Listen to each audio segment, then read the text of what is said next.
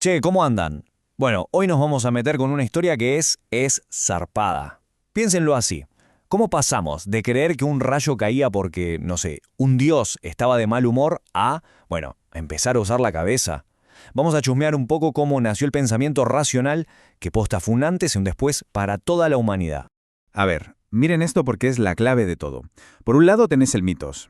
Imagínense las historias que nos contaban de chicos, o no sé, las pelis de Marvel. Zeus se enoja, ¡pum!, tira un rayo. El mundo básicamente funciona por el capricho de los dioses. Pero del otro lado aparece el logos. Y acá la cosa se pone mucho más seria. La gente de repente empezó a preguntarse, che, para, ¿y si esto no es un capricho? ¿Y si hay reglas? Es el momento en que empezamos a buscar las leyes del universo, ¿se entiende? Como si la realidad fuera un videojuego con una física que se puede entender y hasta predecir. Y bueno, esa es la pregunta del millón, ¿no? O sea, ¿cómo haces para que toda una sociedad entera cambie el chip de esa manera? Porque ojo, esto no fue de un día para el otro. No es que la gente se fue a dormir creyendo en el Minotauro y al día siguiente se despertó haciendo matemática pura. Fue un proceso larguísimo, lleno de idas y vueltas. Y ahora, justamente, vamos a chusmear qué anda con todo eso. A ver, lo primero que hay que entender es que esto no fue una actualización de software que instalás y listo. Fue más como, como pasar de ver el mundo en 8 bits, viste, con personajes súper simples, a de repente verlo en 4K, entendiendo las texturas, la física, los detalles, todo. Fue un cambio re heavy en la forma en que el cerebro procesaba la realidad. Bueno, el concepto clave de todo este mambo es este: el paso del mito al logos. Y lo loco es que todo empezó en un lugar muy específico, Jonia, que estaba en la costa de lo que hoy es Turquía. Para que se den una idea, piensen en esos lugares como si fueran los puertos más zarpados de hoy. Un punto de encuentro total, donde llegaban barcos de todos lados, con gente, con ideas nuevas, con productos, un quilombo de culturas que se mezclaban todo el tiempo. Era literalmente el caldo de cultivo perfecto para que pasara algo nuevo. Y esta línea de tiempo lo deja clarísimo. Miren, durante un montón de tiempo, pero banda de tiempo, las dos formas de pensar convivieron. En el siglo VIII a.C., la que dominaba, era el mito. Pero después, durante unos 200 años, algo empezó a cocinarse ahí en Jonia. Y ya para el siglo V, el logos le había ganado la pulseada por afano y se convirtió en la base de casi todo lo que pensamos hoy. Bueno, arranquemos con la primera pista de este misterio. La pregunta es, ¿qué onda con los griegos? ¿Por qué justo a ellos les pintó empezar a pensar de esta manera y no a otros? Bueno, parece que la aposta está en cómo se organizaban ellos para vivir y sobre todo para tomar decisiones. Acá hay dos palabras que se tienen que grabar a fuego: polis y ágora. La polis no era solo una ciudad, era más como una comunidad de socios que se autogobernaban, se manejaban solos. Y el corazón de todo eso era el ágora, la plaza pública. Olvídense de un rey que decide todo desde un palacio o no sé, por Twitter.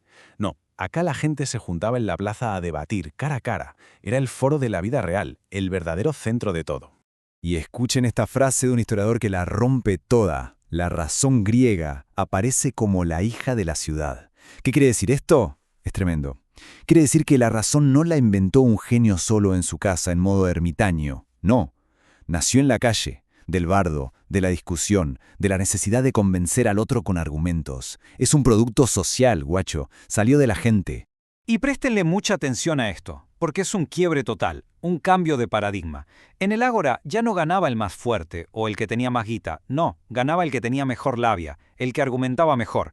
Tenías que convencer, tenías que tirar buenos argumentos. O sea, el poder pasó de la espada a la palabra. Saber discutir y razonar bien te podía salvar las papas, pero literalmente se convirtió en tu skill principal para sobrevivir y progresar.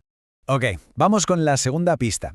Porque, a ver, no todo fue charla y política. Hubo también dos inventos, dos updates tecnológicos que literalmente les volaron la cabeza y cambiaron por completo las reglas del juego de cómo pensaban. Miren que Flash lo que muestra esta tabla. La conexión es súper directa. Por un lado, el alfabeto fonético. Como era fácil de aprender mucho más que otros sistemas de escritura, el conocimiento dejó de ser un secreto de unos pocos y de alguna manera se viralizó. Cualquiera podía leer y analizar un texto, desmenuzarlo o criticarlo. Y por otro lado, la moneda. Parece una boludez, pero es zarpado el cambio que genera. De repente, no sé, un saco de trigo y una vasija, dos cosas que no tienen absolutamente nada que ver, pasaban a valer lo mismo. Eso te obliga a pensar en un valor abstracto, en un número. Es un entrenamiento increíble para el cerebro, para pensar de otra forma. De hecho, a esto algunos especialistas lo llaman el efecto alfabeto. Piénsenlo un segundo. Para poder leer tenés que separar una palabra en letras que por sí solas no significan nada. C-A-S-A. Bueno, Ese ejercicio tan simple de separar, analizar y volver a juntar te entrena el bocho para que después hagas lo mismo con cualquier idea o con cualquier problema. Te acostumbra a desarmar la realidad en pedacitos para entenderla mucho mejor. Bien, entonces ya tenemos el escenario armado. Una sociedad que debate todo el tiempo. Y con tecnologías nuevas que te hacen pensar de otra forma. ¿Qué falta? Bueno, ahora faltan los protagonistas. Los cracks, los que se animaron a patear el tablero y hacer las preguntas que hasta ese momento nadie, pero nadie se animaba a hacer. Y ojo, esto tampoco fue de la nada. Primero estaban los que se conocían como los 7 sabios, que eran, ponele, como los influencers de la época, tirando consejos prácticos para la vida. Pero entre ellos había un tal Tales de Mileto que directamente se fue al pasto. El tipo usó matemática y observación para predecir un eclipse solar. Imagínense lo que fue eso en ese momento. Le demostró a todo el mundo que el universo no era un casino manejado por dioses caprichosos, sino que tenía reglas, que se podía entender. Y ahí empezó todo. Y a partir de ese momento, los primeros filósofos se cebaron mal con una pregunta. ¿Cuál es el arjé? O sea, ¿cuál es el bloque de construcción básico del universo? Como si fuera el píxel fundamental de la realidad. Fíjense que el cambio de pregunta es tremendo. Dejaron de preguntar ¿quién creó el mundo? Y empezaron a preguntar ¿de qué está hecho? Un giro de 180 grados. Y acá tienen los primeros intentos, las primeras respuestas a esa pregunta.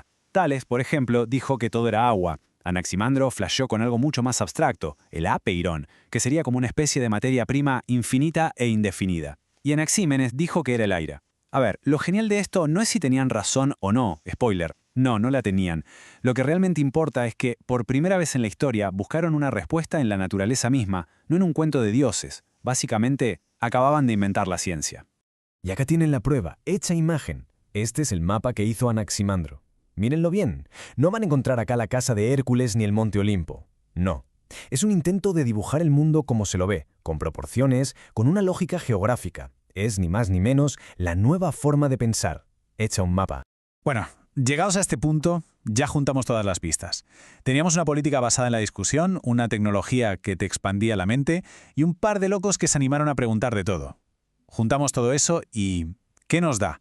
¿Cuál es el legado de toda esta locura? Entonces, la conclusión más importante a la que podemos llegar es esta. Esto no fue un milagro griego. No es que los griegos fueran genios de otro planeta. La razón no cayó del cielo. Fue más bien una especie de tormenta perfecta. Se juntaron el lugar justo, la gente justa, la política justa y la tecnología justa, para que todo esto pudiera pasar. Y lo que nos dejaron, su legado, es básicamente casi todo. Miren la lista. Casi todo lo que hoy damos por hecho viene de ahí. La filosofía, la ciencia, la democracia, la idea de que las leyes se tienen que escribir y son para todos, hasta el simple hecho de pensar críticamente, de frenar y decir, che, para, ¿esto es realmente así? Todo ese sistema operativo mental que usamos hoy se instaló por primera vez acá. Y ya para cerrar, les dejo una pregunta para que se queden maquinando un rato. Si el Logos la rompió toda y supuestamente triunfó, ¿por qué hoy en día seguimos necesitando tanto las historias? ¿Por qué nos copan tanto las series, las películas, las leyendas urbanas o incluso los mitos que creamos sobre nuestros ídolos? Parece que para entender el mundo no nos alcanza solamente con la razón. Capaz que el mitos, al final de todo, nunca se fue. O capaz que lo necesitamos. ¿Ustedes qué piensan?